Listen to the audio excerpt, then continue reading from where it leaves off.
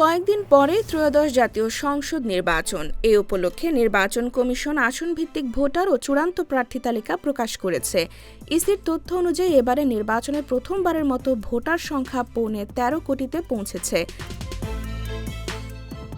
আগামী 12 ফেব্রুয়ারি নির্বাচন ও গণভোটে মোট ভোটার 12,77,11,000। এর মধ্যে পুরুষ 6,48,25,000, নারী 6,28,85,000 এবং হিজড়া ভোটার 1,120 জন। প্রথমবারের মতো প্রবাসী ভোটাররাও ভোট দেওয়ার সুযোগ পাচ্ছেন। প্রায় 7,72,000 ভোটার পোস্টাল ভোটের জন্য নিবন্ধন সম্পন্ন করেছেন। সবচেয়ে বেশি ও কম ভোটার। আসনভিত্তিক বিশ্লেষণে দেখা গেছে সবচেয়ে বেশি ভোটার গাজীপুর 2 আসনে 8,04,333 জন, দ্বিতীয় স্থানে ঢাকা 19, সাভার, আশুলিয়া এবং তৃতীয় গাজীপুর 1। নোয়াখালী 4 আসনেও ভোটার 7 লাখের বেশি, আর 6 লাখের বেশি ভোটার আছে 7টি আসনে। সেগুলো হলো ময়মনসিংহ 4, সিলেট 1, কুমিল্লা 6, ব্রাহ্মণবাড়িয়া 3, ঢাকা 18, যশোর 3 ও কুড়িগ্রাম 2 আসন। অন্যদিকে সবচেয়ে কম ভোটার ঝালকাঠি 1 আসনে 2,28,431 জন।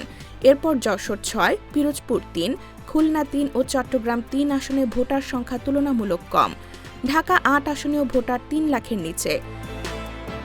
প্রার্থী সংখ্যা কোথায় বেশি কোথায় কম? চূড়ান্ত তালিকা অনুযায়ী এবারের নির্বাচনে মোট প্রার্থী 1,981 জন। এর মধ্যে স্বতন্ত্র 249 জন এবং নারী প্রার্থী 76 জন। সবচেয়ে বেশি প্রার্থী দিয়েছে বিএনপি 288 জন। নিবন্ধিত 9টি রাজনৈতিক দল কোনো প্রার্থী দেয়নি। ইসি জানায়, দেশের মধ্যে সবচেয়ে বেশি প্রার্থী ঢাকা 12 আসনে 15 জন, আর সবচেয়ে কম প্রার্থী পিরোজপুর 1 আসনে মাত্র 2 জন। প্রার্থিতা বাতিল হওয়া কিছু প্রার্থীর বিষয়ে উচ্চ আদালতে আপিল চলমান থাকায় প্রার্থী সংখ্যা আরও বাড়তে পারে। ইসি জানিয়েছে, ভোটার সংখ্যার ভিত্তিতে ব্যালট ছাপানো ও ভোট কেন্দ্র প্রস্তুতির কাজ দ্রুত এগিয়ে চলছে।